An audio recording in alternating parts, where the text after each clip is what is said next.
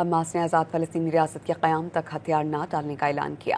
Hamas کے senior رہنما محمد نزار نے الجزیرہ کو انٹرویو میں حماس کے غیر مسلح ہونے کی اسرائیلی شرط کو مسترد کیا۔ انہوں نے کہا کہ دنیا کے کسی بھی مزاحمتی تحریک نے آزادی سے قبل اپنے ہتھیار نہیں ڈالے۔ انہوں نے فلسطین مزاحمتی تنظیم اپنے ہتھیار صرف اسی صورت میں چھوڑے گی جب ایک آزاد اور خود مختار فلسطینی ریاست قائم کی جائے گی۔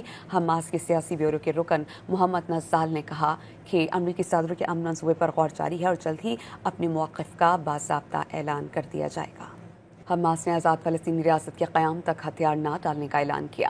حماس کے سینئر رہنما محمد نزار نے الجزیرہ کو انٹرویو میں حماس کے غیر مسلح ہونے کی اسرائیلی شرط کو مسترد کیا۔ انہوں نے کہا کہ دنیا کے کسی بھی مزاحمتی تحریک نے آزادی سے قبل اپنے ہتھیار نہیں ڈالے۔ انہوں نے فلسطین مزاحمتی تنظیم اپنے ہتھیار صرف اسی صورت میں چھوڑے گی جب ایک آزاد اور خود مختار فلسطینی ریاست قائم کی جائے گی۔